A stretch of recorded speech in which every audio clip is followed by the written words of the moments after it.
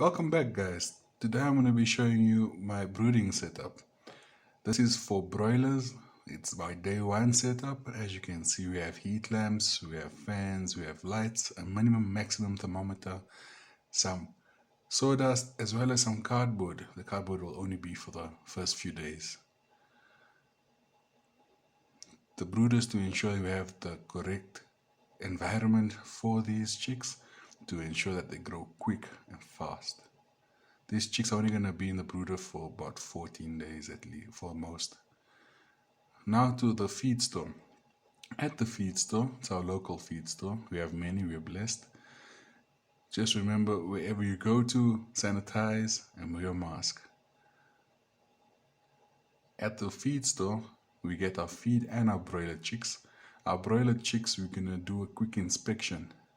So what we check for is check for each one of them are alive, that they're full of energy and there's no physical defects. They're going to grow very fast, and because they're going to grow very fast, any physical defect will affect their growth. We sign it off, so if there's any issues with the batch, they can contact us, so ensure you put in the correct information.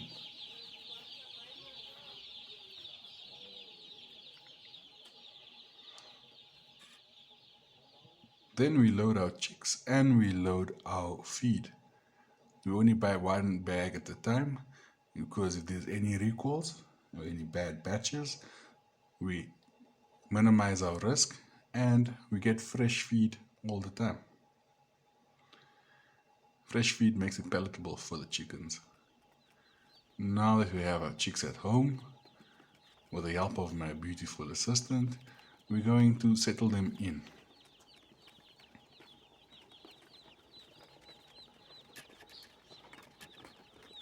Don't you just love the sound of day-old chicks?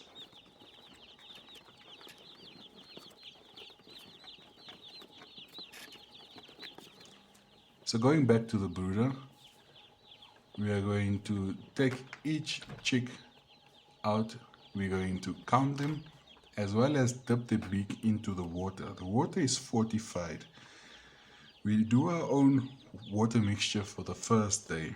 It contains apple cider vinegar, honey, and garlic, and this helps for a quick immune boost and gives them energy, as this is the first thing they're consuming since they hatched. Remember, they're about 24 hours to 48 hours old, and the sooner you get them from your supplier and give them water and feed, the better it is for your chicks. It will also help them not to stunt their growth, and you'll get happier, healthier chickens at the end of the day.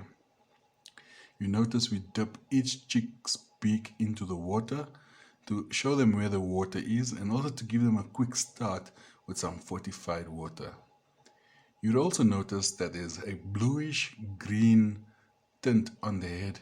It's like a food coloring.